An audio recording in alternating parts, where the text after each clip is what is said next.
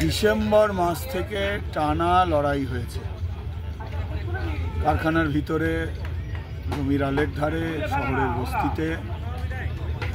এবং এই যে দুটো সরকার চলছে এবং এই দুটো সরকারের জনগণের বিরোধিতা আর কর্পোরেটের দালালি, তার ফলে কারখানার শ্রমিক, সংগঠিত হোক অসংগঠিত ক্ষেত্রের শ্রমিক, বস্তিবাসী, গ্রামের কৃষক, ক্ষেতমজুর, সাধারণ বেকার যুবক, প্রত্যেকের রুটি রুজিতে ভয়ঙ্করভাবে টান পড়ছে, রুটি রুজির সম্ভাবনাতেও ভয়ঙ্করভাবে টান পড়ছে।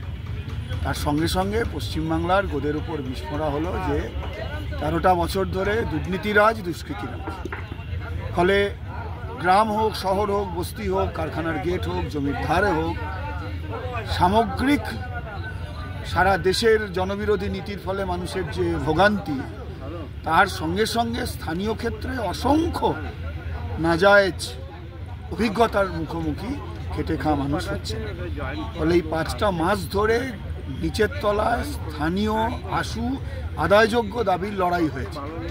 কোথাও পাট্টার জন্য লড়াই হয়েছে, জমির অধিকারের জন্য লড়াই হয়েছে, উচ্ছেদের বিরুদ্ধে লড়াই হয়েছে, দুর্নীতির বিরুদ্ধে লড়াই হয়েছে, মজুরির জন্য লড়াই হয়েছে, ছাঁটাইয়ের বিরুদ্ধে লড়াই হয়েছে। এই অসংখ্য ছোট ছোট লড়াইয়ের মধ্য দিয়ে এই পশ্চিমবাংলায় আগামীকাল সকালবেলায় আর কয়েক ঘন্টা পরই, এই রাত পোহালে পরেই ব্রিগেডে খেটে খাওয়া মেহনতিদের জনসমাগম হবে, উত্তাল জনসমাগম হবে। এবং এই সমাগমে আমরা এসেছি লড়াইয়ের মধ্য দিয়ে। আর আগামীকালকেও ব্রিগেডের মাঠ থেকে এ রাজ্যের শ্রমিক, কৃষক, ক্ষেতমজুর এবং বস্তিবাসীদের যে সংগঠন, সমাজের সব অংশের খেটে খাওয়া মানুষকে সঙ্গে নিয়ে আগামী লড়াইয়ের বার্তা আমরা দিতে চাই। এবং সেই আগামী লড়াইয়ের বার্তা মানে রুটি রুজির লড়াই, কাজের লড়াই, ওষুধের দাম কমানোর লড়াই, জিনিসের দাম কমানোর লড়াই, কৃষকের ফসলের দামের লড়াই।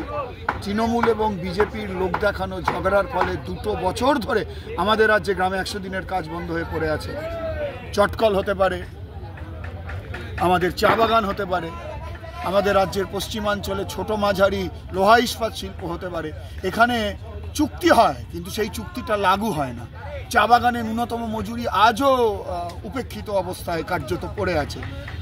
আমাদের চটকলের শ্রমিকরা একটা অত্যন্ত শোষণমূলক পরিস্থিতির মধ্যে আছে। ফলে লড়াই, শ্রমিক, কৃষক, বেকার যুবক, গিগ ওয়ার্কার, এই সবাই মিলে যে লড়াই হবে, এবং সেই লড়াইয়ের বার্তাই আগামীকালকে ব্রিগেডের ময়দান থেকে এ রাজ্যের শ্রমিক, কৃষক, ক্ষেতমজুর, বস্তিবাসীদের সংগঠনগুলি তারা জানাবেন।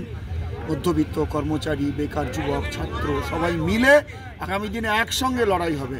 দেশে মোদির বিরুদ্ধে লড়াই, বিজেপি কর্পোরেটের বিরুদ্ধে লড়াই, আর রাজ্যে আরএসএস, বিজেপি, তৃণমূলের বিরুদ্ধে যে লড়াই, সে লড়াই হবে। আর ইতিমধ্যে আমরা সবাই দেখেছি যে এই যে জনবিরোধী বললে ভুল হবে, শ্রমিক শ্রেণীকে নতুন করে পুঁজির এবং পুঁজিপতিদের গোলাম বানানোর যে ফরমান, নয়া শ্রম কোড, সেই শ্রম কোডের বিরোধিতা করে এবং দেশ বাঁচানোর ডাক দিয়ে কেন্দ্রীয় ট্রেড ইউনিয়নগুলি 20শে মে সর্বভারতীয় হরতালের ডাক দিয়েছে। ঠিক যেমন করে কৃষকেরা লড়াই করে জনবিরোধী কৃষি আইনকে সে আটকে রাখতে পেরেছে, কালকে দাবি তুলবেন কৃষকেরা যে এই কৃষি আইনকে বাতিল করতে হবে। ঠিক একইভাবে কৃষক সমাজের সেই আন্দোলনের অভিজ্ঞতা থেকে এদেশের শ্রমিক শ্রেণী এবং শ্রমজীবীদের সংগঠনগুলো শ্রমকোড বিরোধিতার জন্য হরতালের ডাক দিয়েছে।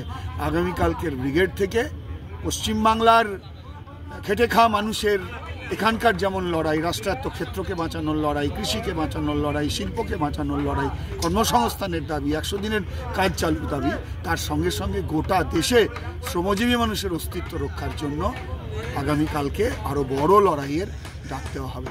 আমরা আশা করি এই 5টা মাস ধরে যেমন করে পাড়ায়, গ্রামে, মহল্লায়, শহরের বস্তিতে, জমির আলের ধারে, জমিতে, কারখানার গেটে, কারখানার ফ্লোরে মানুষ লড়াইয়ের আসতে চাইছেন এবং সব জায়গায় সবাই বলছেন যে মানুষ অভিজ্ঞতায় বুঝছেন যে লাল ঝান্ডা শক্তিশালী না হলে মানুষের রুটি রুজির যে মূল এজেন্ডা সেই এজেন্ডা কখনো শক্তিশালী হবে না। আমরা মানুষকে বলেছি লড়াইয়ের মাঠে আমরা আছি, কিন্তু ক্ষমতা, শেষ ক্ষমতা, সর্বোচ্চ ক্ষমতা মানুষের কাছে, জনগণের কাছে। ফলে আমাদের লড়াইয়ের সঙ্গে জনগণের সমর্থন মিলেমিশে আগামী দিনে দেশ রক্ষার জন্য, শ্রমজীবী মানুষের অস্তিত্ব রক্ষার জন্য লড়াই আমরা লড়তে পারবো। রাতপোহাল এই ব্রিগেড, সেই ব্রিগেড থেকে এই লড়াইয়ের বার্তাই আমরা দিতে চাই। আমরা নিশ্চিতভাবে খেটে খাওয়া মানুষের সমর্থন আমাদের দিকে পাবো।